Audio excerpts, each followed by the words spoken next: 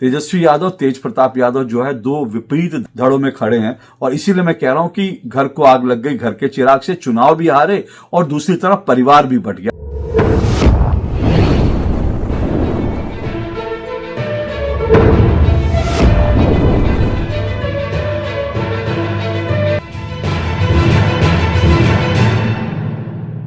एक कहावत है, आपने सुनी जरूर होगी, घर को आग लग गई घर के चिराग से। लेकिन मुझे लगता है कि बिहार चुनाव नतीजे आने के बाद इस कहावत में थोड़ी अदला बदली करने की जरूरत है। अब इस कहावत को हम यूं ना कहें कि घर को आग लग गई घर के चिराग से, हम इसको कुछ इस तरह से कहें कि घर को आग लग गई घर के लालटेन से।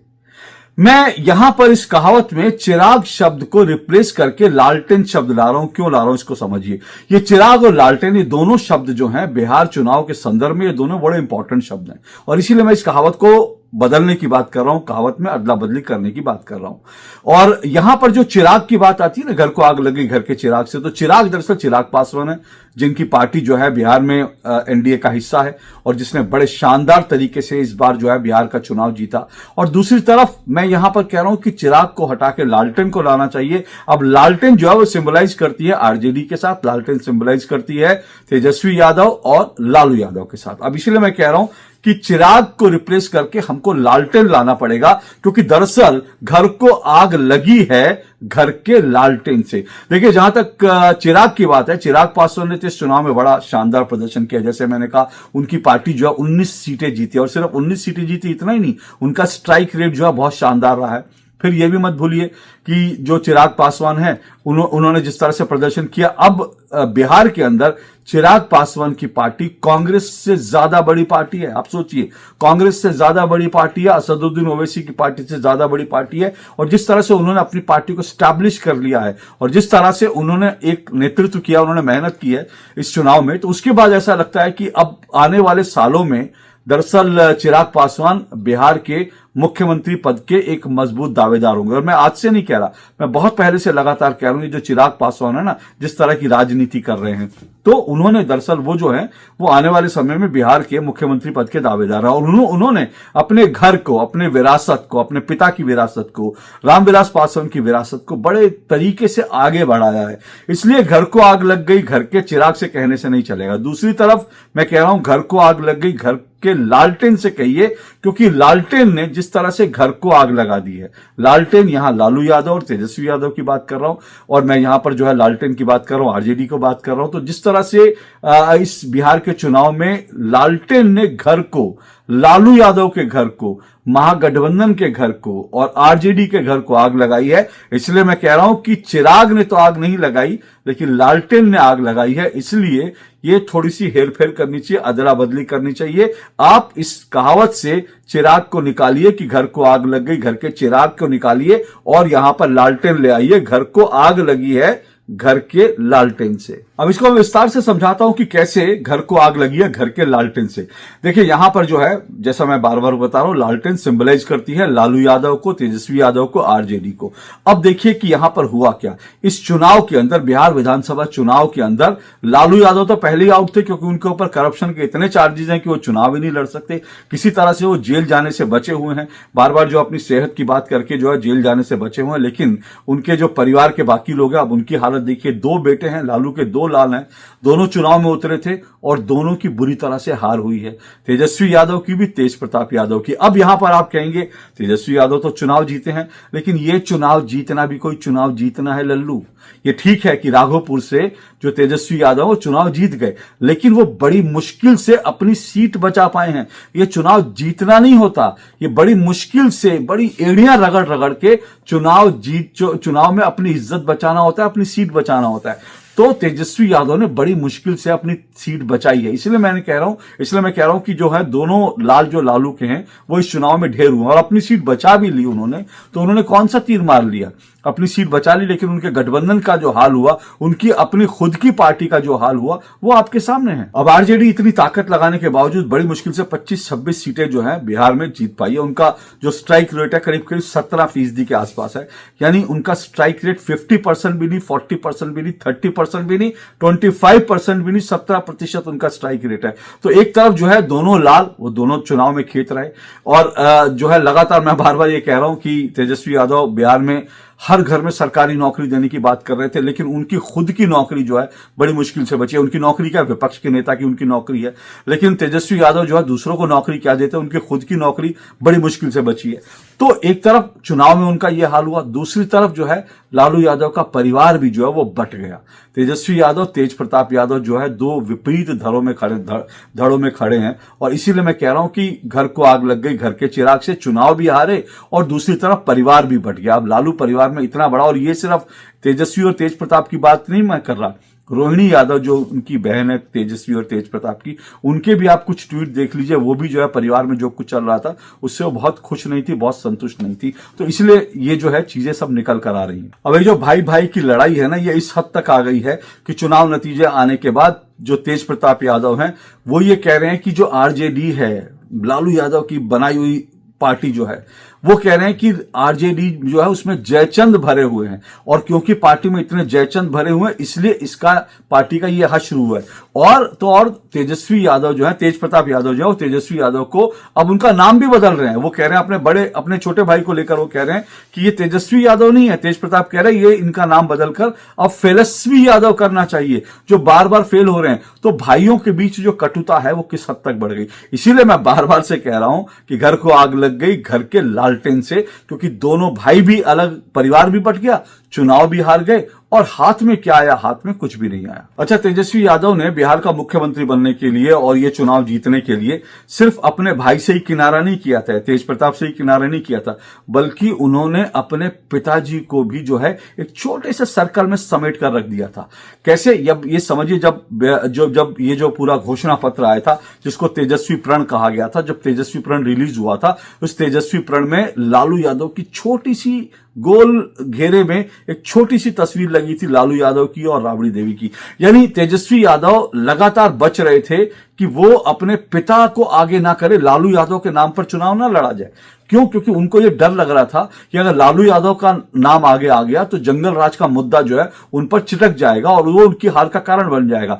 और इसलिए जीत के लिए, और इस जीत के लिए जो है इतने जो है वो जो है इतने डेडिकेट हो गए थे, इतने अपने आप को उन्होंने जीत के लिए झोंक दिया था कि उन्होंने अपने पिता की विरासत तक को जो है वो धक्का दे दिया और पिता की विरासत को साइड कर दिया। लालू यादव राबड़ी का कहीं कोई चित्र, छोटे छोटे चित्र लगाए और अपने नाम पर उन्होंने चुनाव लड़ने की कोशिश की, सिर्फ इस डर से कि कहीं ऐसा ना हो कि दरअसल जो है ये जो है जंगल राज का मुद्दा बन जाए। तो अब देखिए, तेजस्वी यादव, फिर से पूछ रहा हूं, मैं बार बार पूछ रहा हूं, तेजस्वी यादव को मिला क्या?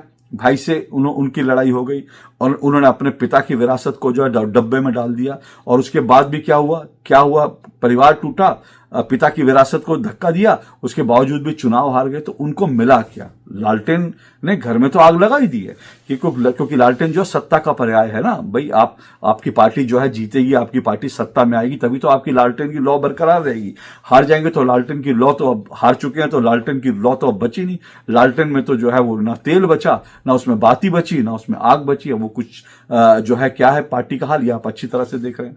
लेकिन तेजस्वी यादव किस हद तक फेल रहे और कैसे लालटेन से आग लग गई, अब इस बात को भी समझिए कि उन्होंने अपने पिता की विरासत को दरकिनार तो कर दिया, लेकिन उसके बावजूद वो जंगल राज का जो उन पर ठप्पा लगा था ना, उस ठप्पे को वो हटा नहीं पाए। क्यों नहीं हटा पाए? दरअसल उनके जितने नीचे उनके जो लीडर्स थे, वो लगातार, उनके जो सहयोगी थे, वो लगातार जिस तरह का व्यवहार कर रहे थे, जिस तरह से काम कर रहे थे, बिहार में जो गाने बन रहे थे, बिहार में जो आरजेडी के समर्थक जो है लगातार जिस तरह के चुनाव में जो है तेजस्वी यादव के सपोर्ट में जो गाने बना रहे थे, उसमें वो सीधे सीधे कह रहे थे कि भाई रंगदारी करेंगे और भैया को आने दो सत्ता में, यानी तेजस्वी यादव सत्ता में आएंगे तो क्या करोगे भैया को आने दो सत्ता में। तो उस गाने में था कि भैया को आने दो सत्ता में कट्टा लगा के खोपड़िया में उठा लेंगे घर से। तो इस तरह के गाने जो है तेजस्वी यादव के समर्थक बना रहे थे, लेकिन तेजस्वी यादव खामोश थे, उन्होंने एक बार भी इसका प्रतिरोध नहीं किया। आरजेडी के मंच पर बच्चों से कहलवाया जा रहा था कि हम जो है रंगदार बनेंगे। खेसारी लाल यादव सहित जो तमाम इनके सपोर्टर थे, वो जो गाने बना रहे थे, वो ये कि रंगदारी करेंगे और यादव सत्ता में आ जाएंगे। अब देखिए, अकेले यादव तो सत्ता में नहीं आ सकते ना, अकेले एक जात को लेकर आप इस तरह से करेंगे तो इसका मैसेज क्या जा रहा था बाकी जातियों में? बाकी जातियों में डर कायम हो रहा था। कह सकते हैं कि जंगल राज का जो पूरा का पूरा जो एक परसेप्शन था ना, वो तेजस्वी यादव के साथ उसके बावजूद चिपट गया, जबकि उन्होंने अपने पिता की विरासत को दरकिनार कर दिया था। उसके बावजूद जो है जंगल राज उन पर चिटक गया और वो उसका कोई इलाज नहीं निकाल पाया। अब इसी को कहते हैं कि आप किस तरह की राजनीति कर रहे हैं। लालू यादव की राजनीतिक जो उनकी विचारधारा है, आप उसके सपोर्टर हो या विरोधी हो, लेकिन लालू यादव ने इतने साल तक जिस तरह से राजनीति की, उन्होंने बिहार में कुछ काम किया हो नहीं किया हो, क्या उन्होंने किया क्या नहीं किया, वो अलग डिबेट का विषय है, लेकिन उन्होंने सत्ता में किस तरह से अपनी पकड़ बनाकर रखी, किस तरह से उन्होंने राजनीति करी, मतलब वो बेटा उनसे सीख नहीं पाया। अगर तेजस्वी यादव ने उनसे थोड़ा भी सीखा होता तो शायद आरजेडी का ये हश्र नहीं होता। इसलिए मैं कह रहा हूं ना कि घर को आग लग गई घर के लालटेन से। अब देखिए, तेजस्वी यादव जो है लालू यादव से उन्होंने क्या राजनीति सीखी, ये कुल मिलाकर दो चीजें और हैं जिसको लेकर अब सवाल उठ रहे हैं। पहली बात, तेजस्वी यादव के उनके जो राजनीतिक सलाहकार हैं, वो जो हैं वो एक ऐसे नेता हैं, हालांकि वो एक बढ़िया नेता है, इसमें कोई दो राय नहीं, लेकिन अब पार्टी में उनके तेजस्वी के समर्थक ही सवाल उठा रहे हैं। वो ये कह रहे हैं कि जो संजय यादव हैं, जो उनके चाणक्य माने जाते हैं, संजय यादव जो है हरियाणा के नेता हैं, उनका बिहार से क्या लेना देना, और वो तेजस्वी यादव के जो है वो चाणक्य बने हुए हैं, तेजस्वी यादव उन्हीं की सलाह पे काम करते हैं। और कुछ लोग तो ये भी कह रहे हैं कि संजय यादव के बातों में आने के कारण ही परिवार में फूट पड़ी। कितना सच है कितना झूठा मैं नहीं जानता, लेकिन कुल मिलाकर जो उनके सलाहकार हैं तेजस्वी यादव, उन पर भी अब सवाल उठ रहे हैं कि भाई इन्होंने किस तरह का सलाहकार जो है नियुक्त कर रखा है, जो बिहार से नहीं, वो हरियाणा से आता है, बिहार की राजनीति वो क्या समझेगा, ये भी सवाल उठा रहे हैं। दूसरी तरफ जो तेजस्वी यादव ने जो टिकटों का वितरण किया, उसको लेकर भी सवाल उठ रहे हैं। और टिकटों का वितरण करके जो समझौता हुआ, आप सोचिए कि वीआईपी मुकेश सहनी की जो पार्टी है, उसको उन्होंने 19 सीट दे दी, 19 सीटें। अब सब लोग कह रहे हैं कि ये औकात से ज्यादा सीटें दी थी, 19 सीटें उनकी उतनी हैसियत है नहीं वीआईपी पार्टी की, लेकिन उनको 19 सीटें दे दी। कांग्रेस को जो है 61 सीटें दे दी, कांग्रेस की भी इतनी हैसियत नहीं, कांग्रेस का स्ट्राइक रेट 9% है, और वीआईपी की जो पार्टी है उनका भी जो है उनका स्ट्राइक रेट क्या है, आप समझ लीजिए कि 19 सीटें मिली, उसमें से शायद 1 सीट मिली, अगर मैं गलत नहीं हूं तो हो सकता है कि वो उसमें कुछ 1 या 0 है, नहीं कह सकता, लेकिन 1 या 0 आप मतलब क्या रहा। और इतना ही नहीं, तेजस्वी यादव ने उनको डिप्टी सीएम जो है प्रोजेक्ट कर दिया। अब सोचिए कि डिप्टी सीएम, फिर से कह रहा हूं, इस बात को ध्यान से सुनिएगा कि तेजस्वी यादव ने कैसे लालू यादव की विरासत का बंटाधार किया, उसको समझिए।